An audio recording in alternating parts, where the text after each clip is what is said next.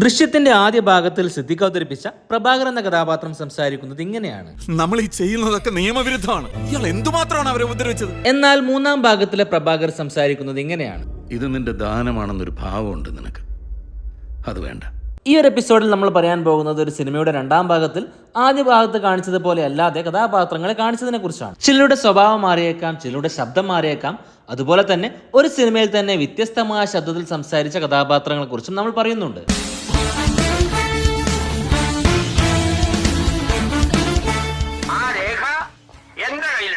ഒരു എഴുത്തുകാരൻ തന്റെ കഥാപാത്രത്തെ ആദ്യ ഭാഗത്ത് കാണിച്ചതുപോലെ തന്നെ രണ്ടാം ഭാഗത്ത് കാണിക്കണമെന്നില്ല. അയാൾക്ക് ഇഷ്ടം പോലെ അത് മാറ്റി എഴുതാം. കാണുന്ന പ്രേക്ഷകൻ അത് കൺവിൻസ് ആകുമോ ഇല്ലേ എന്നതാണ് പ്രശ്നം. ഒരു കുടുംബത്തെ മുഴുവൻ ജയിലിലയക്കാൻ മാത്രം ക്രൂരത നമ്മൾ കാണിക്കണമെന്നേ ഞാൻ ചോദിക്കുന്നുള്ളൂ. ദൃശ്യത്തിലെ സിദ്ദിഖിന്റെ കഥാപാത്രത്തെ വളരെ ലോലനായിട്ടാണ് ആദ്യത്തെ രണ്ട് ഭാഗത്തും നമ്മൾ കണ്ടത്. എന്നാൽ മൂന്നാം ഭാഗത്ത് അവിശ്വസനീയമായ ഒരു മാറ്റമാണ് ആ കഥാപാത്രത്തിന് ജിത്തു ജോസഫ് നൽകിയത്. കഥയിലെ ട്വിസ്റ്റിന് ഒരു ആക്കം കൂട്ടാനായിരിക്കാം അങ്ങനെ ചെയ്തത്. മിസ്റ്റർ പ്രഭാകർ, എനിക്ക് നിങ്ങളെ മനസ്സിലാവുന്നില്ല. പക്ഷെ സിനിമയിൽ സഹദേവന് കണ്ണിലിത്തിരി ചോര നൽകിയെന്നല്ലാതെ മറ്റു മാറ്റങ്ങളൊന്നും തന്നെ നടത്തിയിട്ടില്ല. മറ്റൊരു സിനിമയിലും സിദ്ദിഖ് ഇതുപോലെ തന്നെ സ്വഭാവമാറ്റമുള്ള കഥാപാത്രത്തെ അവതരിപ്പിച്ചിട്ടുണ്ട്. 2010 മമ്മൂട്ടി പൃഥ്വിരാജ് ചിത്രം പോക്കിരിരാജയിലെ പ്രധാന വില്ലനാണ് സിദ്ദിഖ് അവതരിപ്പിച്ച രാജേന്ദ്ര ബാബു എന്ന പോലീസുകാരൻ. എനിക്ക് കല്യാണം നടത്താൻ സാധിച്ചില്ലെങ്കിൽ സിനിമയുടെ അവസാനം വില്ലന്റെ കാല് നഷ്ടപ്പെടുമെന്നും അതുകൊണ്ട് തന്നെ പോലീസിൽ നിന്നും പിരിച്ചുവിടുമെന്നും എല്ലാം തന്നെ നായകൻ പറയുന്നുണ്ട്. തന്റെ പോലീസ് തൊപ്പി വലിച്ചെറിയുന്നു. ഇനിയിപ്പോ അതിന്റെ ആവശ്യമില്ല. വികലാംഗരെ പോലീസ് വെച്ചോണ്ടിരിക്കില്ല. 2019 സിനിമയുടെ രണ്ടാം ഭാഗമായ മധുരരാജ റിലീസാകുന്നത്. ആ ഒരു സിനിമയിൽ ആ കഥാപാത്രത്തിന്റെ കാലിനൊന്നും പറ്റിയിട്ടുമില്ല, സ്വഭാവമായി മാറിപ്പോവുകയും ചെയ്തു. അതിലും ഷാജോൻ ഉണ്ട്. ആദ്യ ഭാഗത്ത് പോലീസുകാരനായ ഷാജോൻ രണ്ടാം ഭാഗത്ത് രാഷ്ട്രീയക്കാരനായി മാറുന്നുണ്ട്. വിശാലിന്റെ തമിഴ് സിനിമയെ സണ്ടക്കോഴിയിൽ ലാൽ അവതരിപ്പിച്ച ഒരു കൊടൂര വില്ലൻ കഥാപാത്രം ഉണ്ടായിരുന്നു. സണ്ടക്കോഴി 2 ലാലിന്റെ ആ കഥാപാത്രത്തിന്റെ ഒരു കാമിയോ ഉണ്ടായിരുന്നു. അതിലൊരു കോമഡി പീസായിട്ടാണ് ആ കഥാപാത്രം വരുന്നത്. വല്ലാത്തൊരു മാറ്റം തന്നെ. മുമ്പ് അണീബി സിനിമയിൽ ലാൽ ചെയ്ത കഥാപാത്രവും ഒരു ടെറർ കഥാപാത്രമായിരുന്നു. നാളത്തെ കൊച്ചിക്കാറ്റിന് നിന്റെയൊക്കെ ചോരയുടെ മണം ഉണ്ടാവും. എന്നാൽ ഹണീബി 2 വരുമ്പോൾ ആ കഥാപാത്രം ആകെ മാറിപ്പോകുന്നത് നമ്മൾ കണ്ടതാണ്. എഴുതി കൊളമാക്കിയ മറ്റൊരു വില്ലനാണ് രാംജി റാവു. വിജയരാഘവൻ അവതരിപ്പിച്ച മലയാള സിനിമയുടെ ക്ലാസിക് കിഡ്നാപ്പർ. സിദ്ദിഖ് ലാൽ എഴുതിയുണ്ടാക്കിയ ഒരു കഥാപാത്രം ആദ്യമായി പ്രത്യക്ഷപ്പെടുന്നത് 1989 രാംജി റാവു സ്പീക്കിംഗിലാണ്. ആ ഒരു കൊടൂര വില്ലൻ പിന്നീട് 1995 മാന്നാർ മത്തായി സ്പീക്കിംഗിലും വരുന്നുണ്ട്. മമാസ് ആണ് ആ കഥാപാത്രത്തെ ഇല്ലാതാക്കിയത്. 2014 മാന്നാർ മത്തായി സ്പീക്കിംഗ് 2 ആ ഒരു കഥാപാത്രത്തെ പാസ്റ്ററാക്കി മാറ്റി.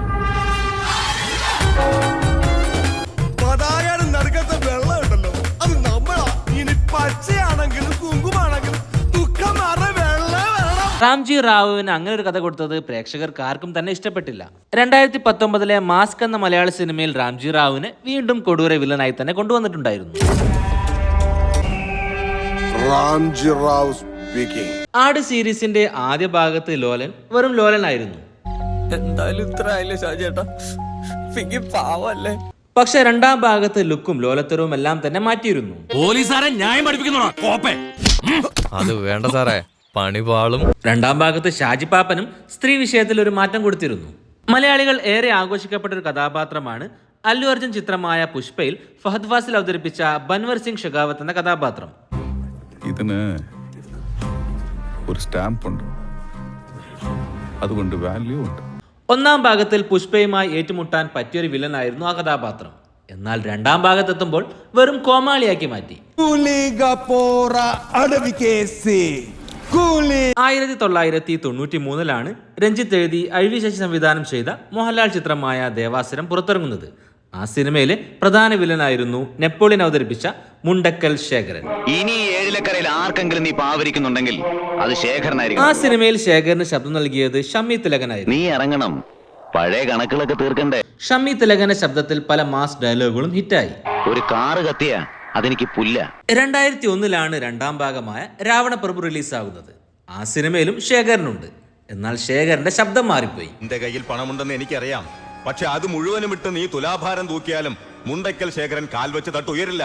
ചോറ്റാനിക്കര ബേബി എന്നൊരു ആർട്ടിസ്റ്റാണ് രണ്ടാം ഭാഗത്തിൽ ശേഖരന് ശബ്ദം നൽകിയത്. ഈ ഒരു ശബ്ദം മാറ്റത്തിന് എന്ത് ലോജിക്കായിരിക്കും അവർ ഉദ്ദേശിച്ചിട്ടുണ്ടാവുക?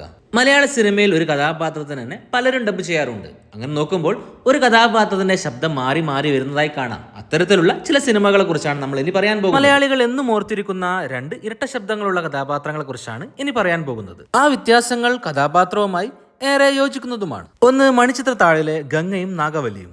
ശോഭന അവതരിപ്പിച്ച ആ കഥാപാത്രത്തിന് ശബ്ദം നൽകിയത് ഭാഗ്യലക്ഷ്മി ആയിരുന്നു. ശോഭനക്ക് ആ കഥാപാത്രം നേടിക്കൊടുത്ത നാഷണൽ അവാർഡിൽ ഭാഗ്യലക്ഷ്മിക്കും അതിൻ്റെതായ പങ്കുണ്ട്. ഞാനിന്ന് രാവിലെയും പറഞ്ഞിരുന്നതാണല്ലോ. അതെന്താ അല്ലിക്ക് ആഭരണം എടുക്കാൻ ഞാൻ കൂടെ പോയാല്? സിനിമയിൽ ആ കഥാപാത്രത്തിന്റെ തമിഴ് ഡയലോഗ് പോർഷൻസ് ഡബ് ചെയ്തത് ഭാഗ്യലക്ഷ്മി അല്ല.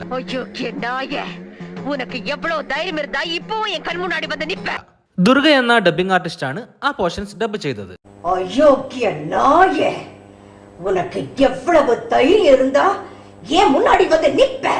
ഇരട്ട ശബ്ദങ്ങളിൽ ഏറെ പ്രസിദ്ധമായ മറ്റൊരു കഥാപാത്രമായിരുന്നു 1991 പ്രിയദർശൻ സംവിധാനം ചെയ്ത മോഹൻലാൽ ചിത്രമായ കിലുക്കത്തിൽ രേവതി അവതരിപ്പിച്ച നന്ദിനി എന്ന കഥാപാത്രം. ചിത്രത്തിന്റെ ആദ്യ പകുതിയിൽ ആ കഥാപാത്രത്തിന് ശബ്ദം നൽകിയത് രേവതി തന്നെയായിരുന്നു. അവന്റെ തലയിൽ ഒറ്റ അടി വെച്ചു കൊടുത്തു.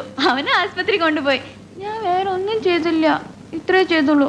അതിനാണ് ഇവന്മാർ ഇങ്ങനെ ബഹളം വെക്കുന്നത്. പിന്നീട് ആ കഥാപാത്രത്തിന് ശബ്ദം നൽകുന്നത് ഭാഗ്യലക്ഷ്മി തന്നെയാണ്. അങ്ങനെ ചുമ്മാ അങ്ങ് ഇറങ്ങി പോരെന്ന് പറഞ്ഞ് ഇറങ്ങാനൊന്നും പറ്റില്ല. എനിക്കൊരു കുറ്റിയും വേണ്ട. എന്നെ ഇവിടെ കൊണ്ടിട്ട് ആള് വരട്ടെ, ഞാൻ പൊക്കോളാം. 2012 ജോസ് തോമസ് സംവിധാനം ചെയ്ത ദിലീപ് ചിത്രമാണ് മായാമോഹിനി. ചിത്രത്തിൽ മോഹിനി എന്ന കഥാപാത്രത്തിന് ശബ്ദം നൽകിയിരിക്കുന്നത് ദിലീപ് തന്നെയാണ്.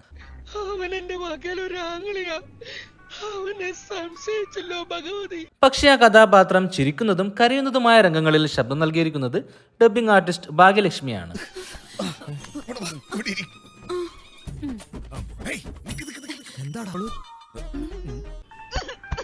അയ്യോ എന്താ ഈ കാണിക്കണ ഇടിച്ച് നിരപ്പാക്കല്ലേ.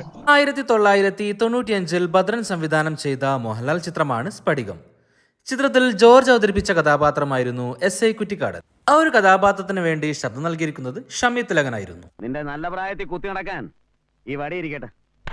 എന്നാൽ ചില ഭാഗങ്ങളിൽ ആ കഥാപാത്രത്തിന് വേറൊരു ശബ്ദവും നൽകിയിട്ടുണ്ട്. 1985 ജെ ശശികുമാർ സംവിധാനം ചെയ്ത മമ്മൂട്ടി ചിത്രമാണ് എന്റെ കാണാക്കുയിൽ. ചിത്രത്തിൽ മമ്മൂട്ടി അവതരിപ്പിച്ച മോഹൻകുമാർ എന്ന കഥാപാത്രത്തിന് ശബ്ദം നൽകിയിരിക്കുന്നത് അദ്ദേഹം തന്നെയാണ്. ഇല്ല, മരിച്ചിട്ടില്ല, ജീവിച്ചിരിപ്പുണ്ട്.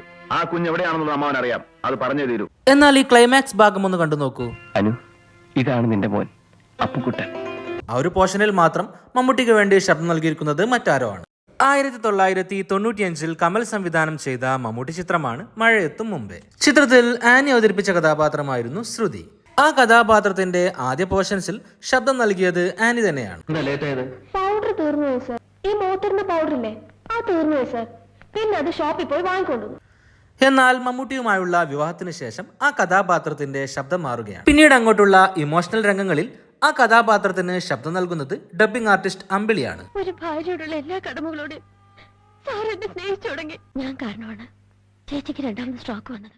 2002 രഞ്ജിത്ത് സംവിധാനം ചെയ്ത പൃഥ്വിരാജ് ചിത്രമാണ് നന്ദനം. ചിത്രത്തിൽ നവ്യ നായർ അവതരിപ്പിച്ച ബാലാമണി എന്ന കഥാപാത്രത്തിന് ശബ്ദം നൽകിയത് നവ്യ നായർ തന്നെയാണ്. ഞാൻ സ്വപ്നത്തിലെ കണ്ടിട്ടുണ്ട്. രാത്രിയിൽ വന്ന് കയറിയപ്പോ ഞാൻ ശരിക്കും ഞെട്ടിപ്പോയി. എന്നാൽ ആ കഥാപാത്രം കരയുക, ചിരിക്കുക തുടങ്ങിയ രംഗങ്ങളിൽ ശബ്ദം നൽകുന്നത് ശ്രീജ രവിയാണ്.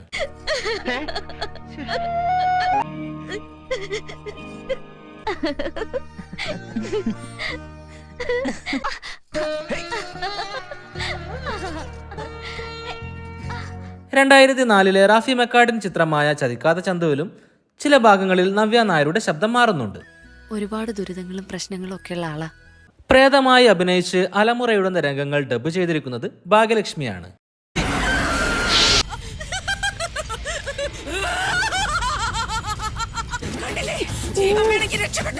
1991 പി ബാലചന്ദ്രൻ എഴുതി കമൽ സംവിധാനം ചെയ്ത മോഹൻലാൽ ചിത്രമാണ് ഉള്ളടക്കം. ചിത്രത്തിൽ അമലയുടെ കഥാപാത്രത്തിന് ശബ്ദം നൽകിയത് ഭാഗ്യലക്ഷ്മിയായിരുന്നു. ആ ചിത്രം ഭാഗ്യലക്ഷ്മിക്ക് ബെസ്റ്റ് ഡബ്ബിംഗ് ആർട്ടിസ്റ്റിനുള്ള സംസ്ഥാന അവാർഡും നേടിക്കൊടുത്തു. എന്നാൽ ആ കഥാപാത്രം അലമുറയിട്ട് കരയുന്ന രംഗങ്ങൾ മറ്റു ഡബ്ബിംഗ് ആർട്ടിസ്റ്റുകളാണ് ചെയ്തത്. ചില പോർഷൻസ് ഡബ്ബ് ചെയ്തത് ശ്രീജയായിരുന്നു.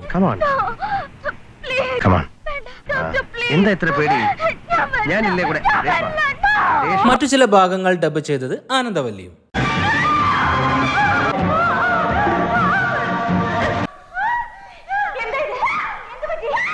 ഫോൺ കോൾ ചെയ്യുമ്പോൾ മാത്രം ശബ്ദം മാറുന്ന 2 കഥാപാത്രങ്ങളെ നയൻതാര അവതരിപ്പിച്ചിട്ടുണ്ട്. സിദ്ദിഖ് സംവിധാനം ചെയ്ത് ദിലീപ് കേന്ദ്ര കഥാപാത്രത്തെ അവതരിപ്പിച്ച ബോഡിഗാർഡ് എന്ന സിനിമയിൽ അമ്മു എന്ന കഥാപാത്രത്തിന് വേണ്ടി ശബ്ദം നൽകിയത് ഭാഗ്യലക്ഷ്മി ആയിരുന്നു.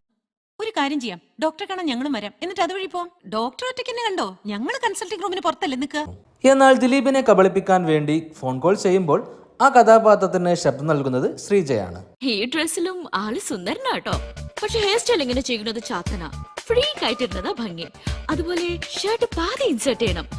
ഇപ്പോഴത്തെ ട്രെൻഡിൽ ശബ്ദം മാറ്റി കോൾ ചെയ്യുക എന്ന ലോജിക് അവിടെ ഉപയോഗിച്ചിരിക്കാം. മമ്മൂട്ടി, നയൻതാര എന്നിവർ അഭിനയിച്ച് പുറത്തിറങ്ങിയ പുതിയ നിയമം എന്ന സിനിമയിലും ഇങ്ങനെ കോൾ ചെയ്യുമ്പോൾ നയൻതാരയുടെ ശബ്ദം മാറുന്നുണ്ട്. വാസുകി എന്ന കഥാപാത്രത്തിന് ശബ്ദം നൽകിയത് നയൻതാര തന്നെയായിരുന്നു. നിനക്ക് പോയി സംസാരിക്കായിരുന്നില്ലേ? അവരൊക്കെ വലിയ ആൾക്കാരല്ലേ, നമ്മളൊക്കെ ഓർത്തിരിക്കണമെന്നുണ്ടോ? നീ പോടാ ചക്ക, നിന്റെ ചേച്ചി കനിക്ക് കൊണ്ടുപോയി കൊടുക്ക്. അവന്റെ ഒരു ഫെനി ടെറസ് ഫുള്ളോ?